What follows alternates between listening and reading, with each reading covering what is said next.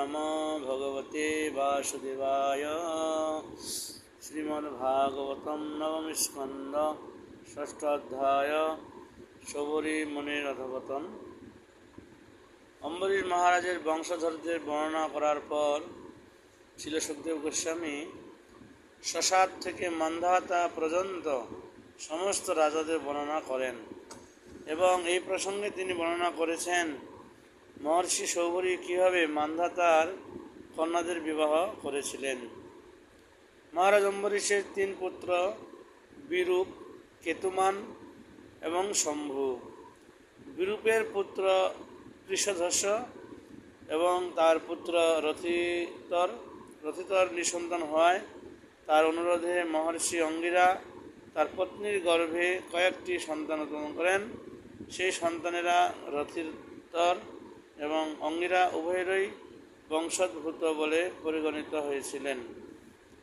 মনুর পুত্র ইক্ষাকুর শতপুত্রের মধ্যে বিকুক্ষী, নিমি এবং দণ্ডকা এই তিনজন জ্যেষ্ঠ। মহারাজ ইক্ষাকুর পুত্ররা পৃথিবীর বিভিন্ন বিভাগের রাজা হয়েছিলেন। যজ্ঞবিধি লঙ্ঘন করার ফলে বিকুক্ষী তার পিতা ইক্ষাকু কর্তৃক রাজ থেকে নির্বাসিত হন। বশিষ্ঠের কৃপায় এবং যোগশক্তির প্রভাবে মহারাজ ইক্ষাকু তার জড়দেহ ত্যাগ করার পর মুক্তি লাভ করেছিলেন।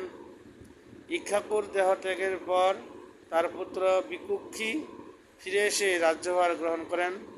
তিনি বহবৎ যজ্ঞ অনুষ্ঠানের দ্বারা ভগবানের প্রসন্নতা বিধান করেছিলেন। এই বিকুক্ষী পরে শশাদ নামে বিখ্যাত হন। বিকুক্ষীর পুত্র দেবতাদের পক্ষ অবলম্বন করে অসুরদের সঙ্গে যুদ্ধ করেন এবং বহু মূল্যবান সেবার ফলে তিনি পুরঞ্জয়, ইন্দ্রবাহ এবং কুকুৎস নামে বিখ্যাত হন। পুরঞ্জয়ের পুত্র অনেনার পুত্র পৃথুর পুত্র বিশ্বগন্ধির পুত্র চন্দ্রের পুত্র যুবনাশ এবং যুবনাশের পুত্র শ্রাবস্ত, যিনি শ্রাবস্তি পুরী নির্মাণ করেছিলেন। শ্রাবস্তের পুত্র বৃহদোষের পুত্র কুবলাস্য ধন্দু নামক অসুরকে সংহার করেন এবং তার ফলে তিনি ধন্দুমার নামে বিখ্যাত হন। ধন্দুমারের পুত্র দীরাস্য, কপিলাস্য এবং ভদ্রাস্য। তার অন্য আরও হাজার হাজার পুত্র ছিল, কিন্তু তারা ধুন্ধুর মুখাগ্নি দ্বারা ভস্মিত হয়। দীরাসের পুত্র হর্যশের পুত্র নিকুম্ভের পুত্র বহলাস্য এবং বহলাসের পুত্র কৃষাসের পুত্র ছিলেন সেনজিৎ এবং তার পুত্র ছিলেন যুবনাশ। যুবনাশ শত পত্নীকে বিবাহ করেন, কিন্তু তার কোনো পুত্র ছিল না এবং তাই তিনি বনে প্রবেশ করেছিলেন। বনের ঋষিরা তার পক্ষ অবলম্বন করে ইন্দ্রযজ্ঞ অনুষ্ঠান করেছিলেন, কিন্তু একসময় রাজা বনে তৃষ্ণার্ত হয়ে যজ্ঞের জল পান করে ফেলেন। তার ফলে কিছুকাল পর তার দক্ষিণ কুক্ষী থেকে এক পুত্র উৎপন্ন হয়। সেই অতি সুন্দর পুত্রটি স্তন্য দুগ্ধ পানের জন্য ক্রন্দন করতে থাকলে ইন্দ্র তাকে তার তর্জনী প্রদান করেন। তার ফলে সেই পুত্রের নাম হয় মান্ধাতা। যথাসময়ে যুবনাশ্য তপস্যার দ্বারা সিদ্ধিলাভ করেন। তারপর মান্ধাতা সপ্তদ্বীপ সমন্বিত পৃথিবীর রাজা হয়ে তা শাসন করেন। সেই শক্তিশালী রাজার ভয়ে দস্যু তস্করেরা অত্যন্ত ভীত ছিল এবং তাই তার নাম হয়েছিল ত্রসদস্যু, অর্থাৎ দস্যু তস্করেরা যার ভয়ে অত্যন্ত ভীত। মান্ধাতা তার পত্নী বিন্দুমতির গর্ভে পুরুকুৎস, অম্বরীশ এবং মুচুকুন্দ নামক তিনটি পুত্র উৎপাদন করেন। এই তিন পুত্রের 50টি ভগ্নী ছিল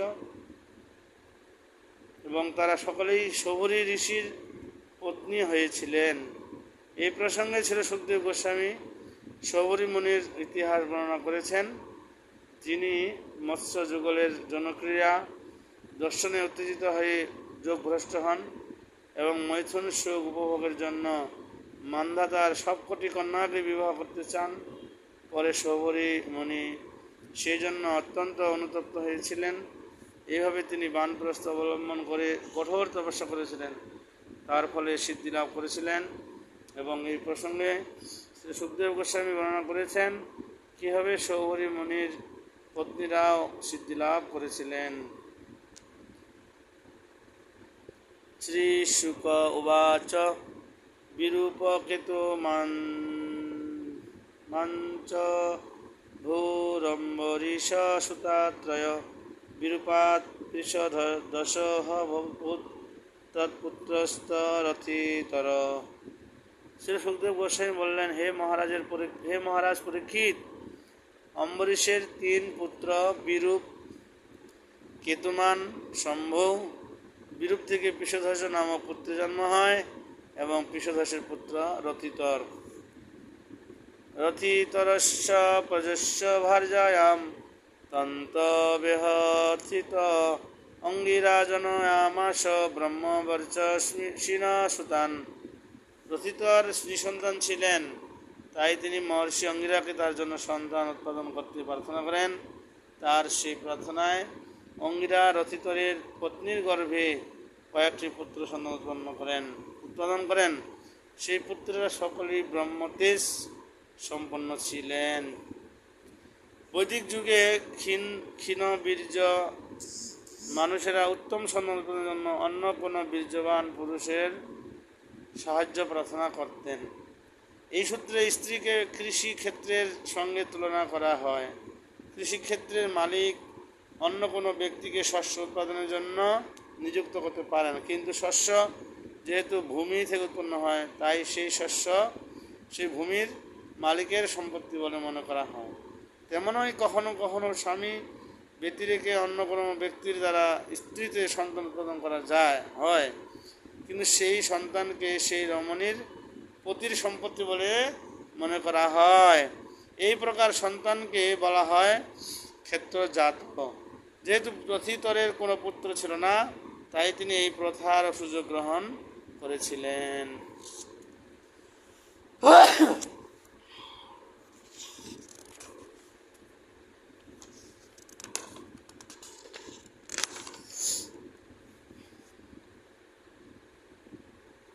নমো ব্রহ্মণ্য দেবায় গো ব্রাহ্মণ্য হিতায় চ জগৎ হিতায় শ্রীকৃষ্ণ গোবিন্দায় নমো নমঃ।